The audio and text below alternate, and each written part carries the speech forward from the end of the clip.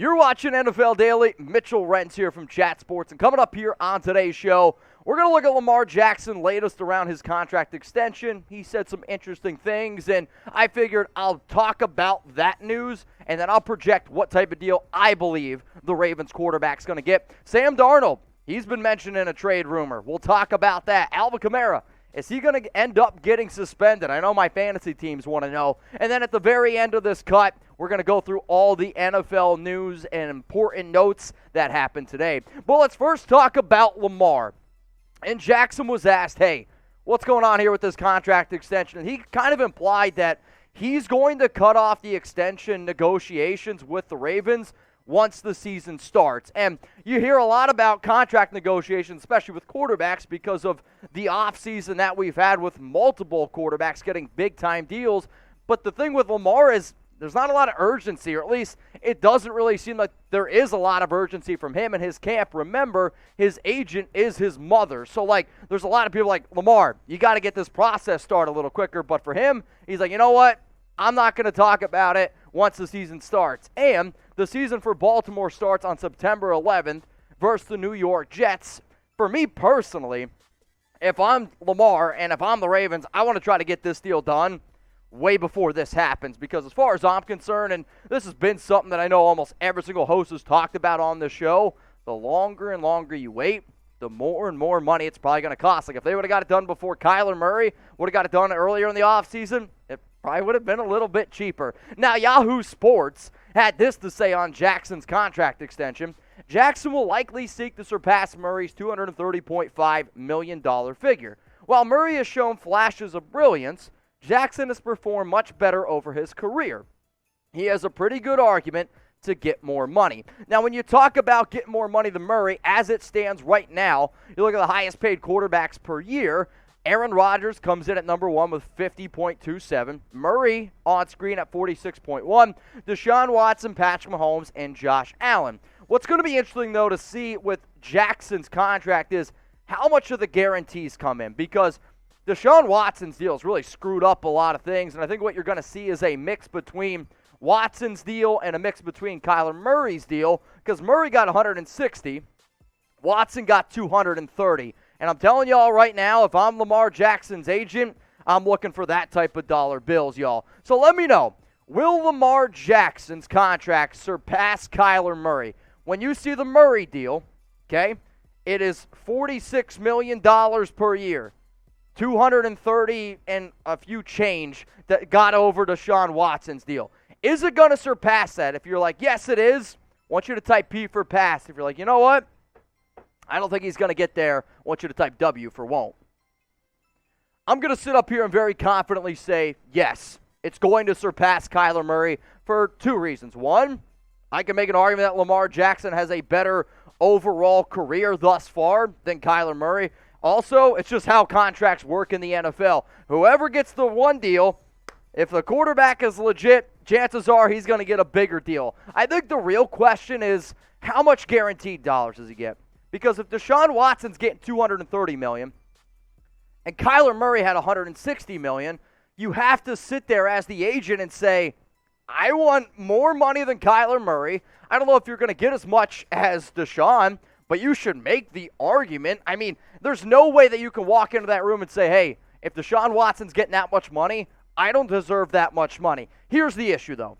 With the type of quarterback that Jackson is, and I do think that he is more susceptible to injuries compared to Deshaun because Lamar uses his legs a little bit more, so the guaranteed dollars might come down. So if you were to ask me, Mitch, what type of contract extension do you think Lamar's going to get? Here's my projection. I'm going to go 5 years, $240 million, which is $48 million a year, which is right between Aaron Rodgers and right between Deshaun Watson, right between Kyler Murray. But instead of giving him a big old $230 million guaranteed like Deshaun got, I'm going to give him $200 million guaranteed. It's a lot of money, no doubt about that. And these quarterbacks continue to get bigger and bigger contracts as it goes. So when you see that figure, 5 years, $240 million, $48 million a year, $200 million in guaranteed dollars, is Lamar Jackson worth that much? Why for yes and for no? If you're like, man, this guy's asking me a lot of questions, you're probably new to what we do here at Chat Sports, and I'm going to ask you questions because I don't like doing anything in life where I'm just sitting there talking to myself. Do you believe that Lamar Jackson is worth that type of money? I'm going to be looking down in the comments. Coming up next here on NFL Daily, Alvin Kamara. Is he going to be suspended? I know this has been a very popular topic in fantasy football circles for Saints fans and NFL fans around the world. Before I tell you what Adam Schefter had to say, remember, y'all, you can also give us a follow over on Rumble. If you're always wondering, hey, how can I listen to this show like a podcast? We are ad-free, and my favorite thing about listening to our shows over on Rumble, which you can do at rumble.com/NFL Daily, is when you're watching on YouTube and you minimize the screen, the show stops. It pauses. On Rumble, you minimize the screen, and it keeps on rolling. So if you're walking your dog, if you're driving down the road, whatever you're doing, you can still listen to the show in the background and have it in your pocket. Check it out. I think you'll like it. Rumble.com/NFL Daily. Let's talk about Alvin Kamara, Saints running back. And Jeremy Fowler said there's no firm timeline for a Kamara suspension. He said that early on Monday. Then Adam Schefter, a little bit later on, said more and more unlikely that Kamara will be disciplined, or unlikely Kamara will be disciplined this season. Remember, Alvin was arrested in February, got into a fight in Las Vegas right before the Pro Bowl, still ended up playing in the Pro Bowl, which is kind of wild. But a lot of times what you see with suspensions is dates get pushed back, and they get pushed back, and they get pushed back. My take has always been, I don't think he's going to get suspended this season. As soon as I saw that the court date got pushed to September 29th, I believe the date was, I was like, he ain't getting suspended this season. So if you're in fantasy football leagues, if you're a Saints fan, I don't think that anything's going to happen this year, but watch out for 2023 because then Kamara could end up getting a few suspensions. So what do you think here, y'all? Let's just say Kamara, no suspensions happen. You're going to project him to play an entire 17-game season. Is he a top 5 running back in fantasy football? And August is the month that I like to ask these questions because my entire background has been doing fantasy football videos. That's how I actually started working here at Chat Sports, and, well, I got a fantasy football league with my family going on 16 years now. So do you think that Kamara is a top 5 running back in fantasy football, type 5 for top 5, or type 0 for not type 5? I think if it's PPR, you could definitely make the argument that he's top 5. But in the leagues that I play in, I play half-point PPR, which means, no, I don't view him as a top 10 back. However, he is very, very close. And if you were to ask me, Mitch, who are your top 10 running backs right now if it was a half-point PPR league, I would have it as Jonathan Taylor, Derrick Henry, Dalvin Cook, Christian McCaffrey, Austin Eckler. And then if it was a PPR league, I would actually probably bump up Alvin Kamara. I could even make the argument to bump down Derrick Henry a little bit. But as you can see, a lot of talented running backs. And if you guys have any questions whatsoever about the NFL, about fantasy football, please don't hesitate for a second not to hit me up on Instagram.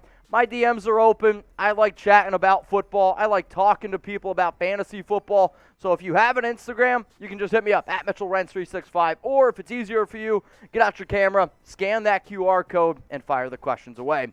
Let's talk about quarterback now, Sam Darnold of the Carolina Panthers. And he was most recently featured in an article by Bleacher Report titled, "One Player Each NFL Team Should Put on the Trade Block This Preseason." When I saw that, I went through the notes, I looked, and I was like, okay, what is a player that sticks out to me that I actually 100% agree with, and it is Darnold. Yeah, Matt Corral was bad in the preseason game. There's no other way you can look at it. He was bad. The rookie, 1-9, but it does look like this is going to be Baker Mayfield's team, and if you're Sam Darnold, the former number 3 overall pick, if you're Carolina, who just drafted a QB, you might as well try to ship him out and just try to get something. This is what Bleacher Report had to say on trading Sam Darnold. The Carolina Panthers kicked the tires on Sam Darnold last year after the young quarterback failed to pan out for the New York Jets. Although they gave up several draft picks, including a 2022 second-rounder to get him, the team looks ready to move on already this offseason, which realistically shouldn't surprise many people for the simple fact of, hey, this is going to be Baker Mayfield's team. That's why they made the deal for him. Another quote here coming in from Bleacher Report. Darnold will be fighting an uphill battle to get his starting job back after the Panthers swung a trade for Baker Mayfield. Mayfield was named the starter for Carolina's first preseason game and seems to be well on his way to passing the incumbent quarterback one. If Darnold gets dealt to a team that can maximize his talent and can stay healthy, the signal caller has yet to play a full NFL season. There is still a chance he turns his flailing career around. Now, I do agree with that. The issue is this. What team's going to make a deal for him? I mean, if you were an NFL team, right, because the team that I have right now would say probably is the weakest at quarterback, it's probably the Atlanta Falcons or the Seattle Seahawks. You're not going to trade them to Atlanta because that's an interdivision team. And would Seattle do it? Like, is Darnold better than Drew Lock or Geno Smith? I don't know. But then all three of those quarterbacks, like if you have two quarterbacks, you have none. What happens if you have three? I feel like that's even worse. So where's Sam Darnold going to play this upcoming season? If you think it's going to be in Carolina, I want you to type CAR for the Panthers. If you feel like he's going to be going somewhere else, please type O for other.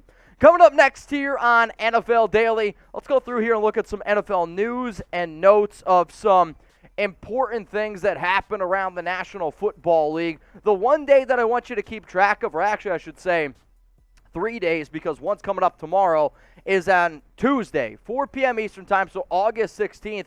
All teams must go from 90 down to 85. Then the 23rd, you go from 85 to 80. But what's important here is you go from 90 to 85. And a few teams have already started to make a few cuts. A few teams have already moved on from a few players, but it is important to watch. In terms of some stuff that happened today, the Broncos, they signed linebacker Joe Schobert, who at one time I was like, man, this guy's really legit. He's had a few injuries, has bounced around a little bit. Also for the Broncos, though, Randy Gregory and Billy Turner are finally cleared to practice. Let's talk about Denzel Ward, one of the best young cornerbacks in the National Football League.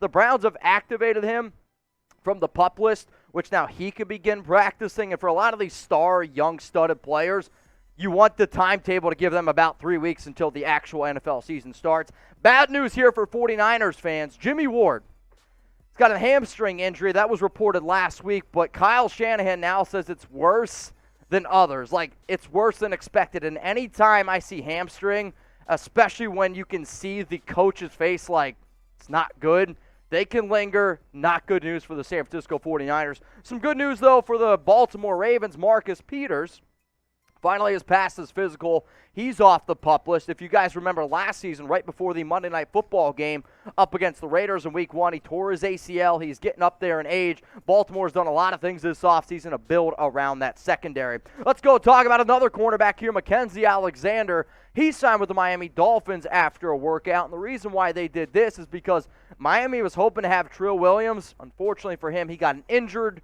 and he is out for the season, which is why Miami went and made this deal here. Speaking of deals, this one happened literally just like an hour ago. Shout out to Chase Sr. and shout out to Tyler Jones for breaking both of these stories down on our Eagles and Seahawks channel. But this was the trade that went down. The Eagles, they received Ugo Amadi. The Seattle Seahawks got J.J. Arcega-Whiteside, who technically now is a tight end, but he was drafted as a wide receiver. If you want to let me know who you think wins this trade, type PHI for Philadelphia or SCA for the Seahawks.